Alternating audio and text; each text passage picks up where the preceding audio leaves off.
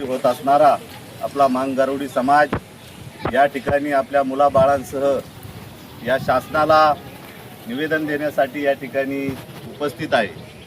खऱ्या अर्थाने आश्वी ग्रामपंचायतनी अतिक्रमणाच्या नावाखाली जी काही नोटीस पाठवली ती नोटीसच या ठिकाणी अनलिगली आहे। मुळात अशा पद्धतीचे कृत्य करत असताना या ठिकाणच्या ग्रामपंचायतीने विचार केला पाहिजे होता की हा मांगगारुडी समाज आपल्या ग्रामपंचायतच्या रेकॉर्डप्रमाणे या समाजातील एकाही सदस्याच्या नावावर साधी 1 इंच सुद्धा जागा नाही आणि अशा समाजाला त्या ठिकाणी बेघर करण्याचा प्रयत्न, त्यांच्या घरावर बुलडोझर फिरवण्याचा प्रयत्न या ग्रामपंचायतच्या माध्यमातून काही गावगुंडांनी केला की काय असा संशय आम्हाला या ठिकाणी येत आहे। मी शासनाला या ठिकाणी प्रश्न विचारतो की मांगगारुडी समाज याला मानव म्हणून, मनुष्य म्हणून जगण्याचा अधिकार नाही का? जर खरंच तुम्हाला आश्वी बुद्रुक गावातील अतिक्रमणच काढायचं होतं तर मग ज्या ज्या लोकांना नोटिसा पाठवल्या, ज्या ज्या लोकांनी अतिक्रमण केली ते सर्वच अतिक्रमण का काढली नाही? फक्त मांगगारुडी समाजाचंच अतिक्रमण का काढलं हा सुद्धा या ठिकाणचा एक प्रश्न आहे। मला या ठिकाणी सांगू इच्छितो की खऱ्या अर्थाने या आश्वी गावामध्ये अनेक पुढाऱ्यांनी, अनेक कार्यकर्त्यांनी, अनेक त्या ठिकाणी आर्थिक व्यवस्थेमध्ये सक्षम असणाऱ्या लोकांनी भरपूर मोठ्या प्रमाणामध्ये अतिक्रमण केलेलं आहे। परंतु हे अतिक्रमण गोरगरिबावरच लादण्याचा प्रयत्न केला की काय अशा पद्धतीची शंका या निमित्ताने आपल्याला दिसून येते। मी आजच्या या सकल मातंगारुडी समाजाच्या वतीने जी काही कालची घटना घडली या घटनेचा आपल्या सर्वांच्या वतीने आणि माझ्या रिपब्लिकन पक्षाच्या वतीने प्रथमतः जाहीर निषेध करतो। कारण हा मांगगारुडी समाज सकाळपासून ते संध्याकाळपर्यंत आपली पोटाची खळगी भरवण्यासाठी कष्ट करतो, हमालीचं काम करतो। ज्या ज्या कामापासून त्याचा घाम निघतो असं कष्टाचं काम त्या ठिकाणी करत असतो आणि आपला उदरनिर्वाह चालवत असतो। आज आपण बघितलं की आपल्या मतदारसंघामध्ये अनेक अतिक्रमणं काढली गेली।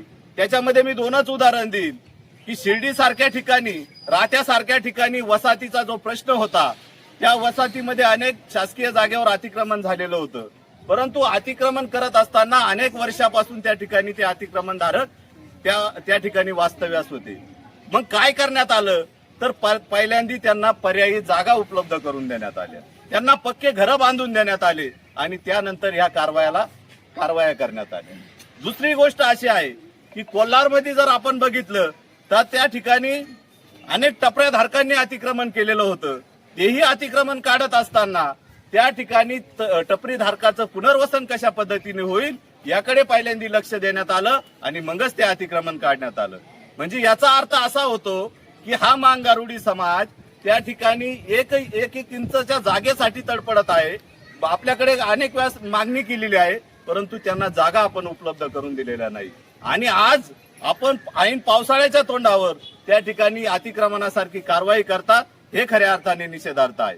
जर खरंच आपल्याला या लोकांचा विकास करायचा आहे, जर खरंच आपल्याला या लोकांचं व्यवस्थित राहणीमान उंचावायचं आहे तर मी 2-4 गोष्टीकडे आपलं लक्ष वेधू इच्छितो।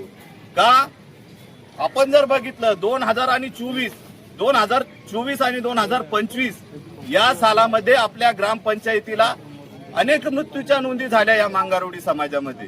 त्यामध्ये आपण प्रत्यक्षाने पाहिलं पाहिजे, या ठिकाणच्या ग्रामसेवकांनी पाहिलं पाहिजे, या ठिकाणच्या सरपंचांनी पाहिलं पाहिजे, या ठिकाणच्या बॉडीनी पाहिलं पाहिजे की ऐन 25 मध्ये प्रवेश करणाऱ्या आणि त्याच्या आतमध्ये असलेल्या तरुणांचा मृत्यू जास्तीत जास्त प्रमाणात झालेला आहे।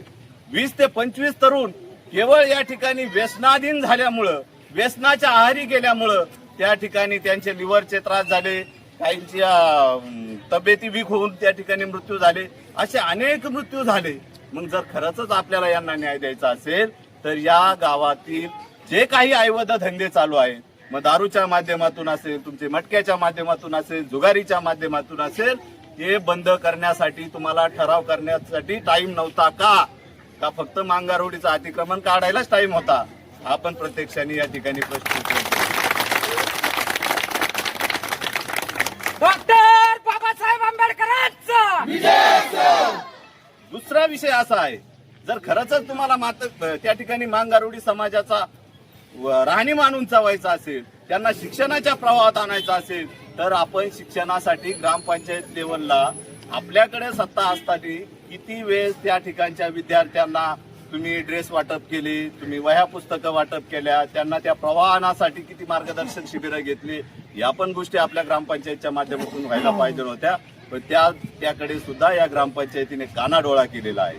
म्हणून मला या निमित्ताने एवढंच सांगायचं आहे की जाणीवपूर्वक या समाजाला त्रास देण्याचं काम या निमित्ताने या ठिकाणी चालू आहे. जर तुम्हाला अतिक्रमण काढायचंच होतं तर मी सांगितल्याप्रमाणे या ठिकाणी ज्या ज्या गल्ल्या आहेत, ज्या ज्या रोड आहेत, त्या रोडला जे अतिक्रमण झाले ते सर्वच काढा ना. आम्ही कुठं म्हणतो नका काढू. आणि जर तुम्हाला खरंच आमच्या लोकांची, आमच्या मांगारुडी समाजाचं जर तुम्हाला खटकतंय त्या ठिकाणी राहणं, तर त्याचं पुनर्वसन का केलं नाही आजपर्यंत? 7 पिढ्यापासून जर हा मांगारुडी समाज त्याच ठिकाणी वास्तव्य करतोय, शासकीय JR प्रमाणे जर बघितलं तर त्या ठिकाणी शासन सांगतंय की जर ज्या ज्या ठिकाणी अतिक्रमण धारकांनी अतिक्रमण केलेलं असेल ते ग्रामपंचायत लेवलला कायम करण्यात यावं. मग ही भूमिका आपण का घेतलेली नाही? काय तुम्हाला नेमकं आता ह्या काळामध्ये ऐन पावसाळ्याच्या तोंडावर काय कारण होतं का तुम्हाला ते अतिक्रमण इतकं तुमच्या पोटामध्ये सलत होतं? का हा समाज पुढे येत नाही, तुम्हाला विरोध करत नाही म्हणून तुम्ही त्यांच्या पाठीमागे लागले का? परंतु या निमित्ताने मी इशारा देतो, जर मांगारुडी समाजाला परत जर कोणी बोट लावण्याचा प्रयत्न केला तर त्याच्या पाठीमागं केंद्रीय सामाजिक न्याय मंत्री रामदासजी आठवले साहेब यांचा रिपब्लिकन पक्ष हा सक्षमपणे उभा राहील आणि या समाजाला न्याय दिल्याशिवाय आम्ही राहणार नाही. भविष्यामध्ये रस्त्यावरची लढाई सुद्धा आम्ही या समाजासाठी लढणार आहोत. त्यामुळे या निमित्ताने मी शासनाला विनंती करतो, शासनाला इशारा देतो की भविष्यामध्ये जे जे प्रश्न उद्भवणार आहे त्या अतिक्रमणासंदर्भामध्ये ज्या ज्या अधिकाऱ्यांनी अनलिगली कारवाई केलेली असेल, मग त्यात ग्रामसेवक असेल, सरपंच असेल, बॉडी असेल किंवा अन्य कोणी अधिकारी असेल, यांच्यावर त्वरित कारवाई झाली पाहिजे. अशा पद्धतीची जाहीर मागणी मी या निमित्ताने करतो आणि आपण सर्वजण या ठिकाणी उपस्थित राहून अल्टिमेट देऊ. 3 दिवसामध्ये आम्हाला या कारवाई संदर्भात जर सविस्तर माहिती सांगितली नाही, ही कारवाई करण्यामागचं कारण सांगितलं नाही, या कारवाई संदर्भात नुसती फक्त मांगारुडी समाजाचेच तिथले अतिक्रमण काढले का अजून कुठल्या पद्धतीने कुठल्या ठिकाणचे अतिक्रमण काढले याचा जोपर्यंत खुलासा करत नाही तोपर्यंत मंगळवारपर्यंत आम्ही तुम्हाला थांबतोय. पण मंगळवार नंतर जर आम्हाला माहिती दिली नाही तर येत्या बुधवारी या ठिकाणी रिपब्लिकन पक्षाचा, मी फक्त मांगारुडी समाजाचा बोलत नाही, रिपब्लिकन पक्षाचा या ठिकाणी भव्य असा मोर्चा या पोलीस स्टेशनवर आणल्याशिवाय राहणार नाही. हाच इशारा या निमित्ताने देतो. पुन्हा एकदा सांगतो की जी काही कारवाई झाली ती अत्यंत चुकीची आहे. मांगारुडी समाजाला न्याय देण्यासाठी आम्ही अहोरात्र त्यांच्या पाठीशी राहू. त्यांच्यावर जर कोणी दडपण आणत असेल तर त्या दडपणाला सुद्धा उत्तर देण्याची ताकद आमच्यामध्ये आहे आणि त्याला भविष्यामध्ये आम्ही उत्तर दिल्याशिवाय राहणार नाही. या ठिकाणी हा लढा उभारत असताना आमचा अमोल असेल, उमेश असेल, नंदू असेल, या ठिकाणी गायकवाड असेल, सचिन उपाध्याय असेल, बाकी सर्व कार्यकर्ते, आमचा अनिल बर्डे एकलव्य संघटनेचा तालुका अध्यक्ष आहे आणि आपण सर्व तरुण आणि महिला वर्ग यांना मी शब्द देतो की भविष्यामध्ये आपल्याला कोणतीही अडचण येऊ द्या, हा आशिष शेळके तुमचा भाऊ म्हणून त्या ठिकाणी कायम तुमच्या सोबत राहील एवढा शब्द देतो. झालेल्या घटनेचा जाहीर निषेध करतो आणि अधिकाऱ्यांना या ठिकाणी सांगतो की जर मंगळवारपर्यंत आम्हाला खुलासा केला नाही तर बुधवारी आश्वी पोलीस स्टेशनवर भव्य असा मोर्चा आणल्याशिवाय राहणार नाही. आणि मी पुन्हा तेच सांगतोय की ज्या ज्या गोष्टीमुळे या समाजाला त्रास होतो त्या गोष्टीवर कारवाई झालीच पाहिजे. अशा पद्धतीची भूमिका आजच्या या निवेदन देण्याच्या कार्यक्रमामध्ये घेतो. याच ठिकाणी थांबतो.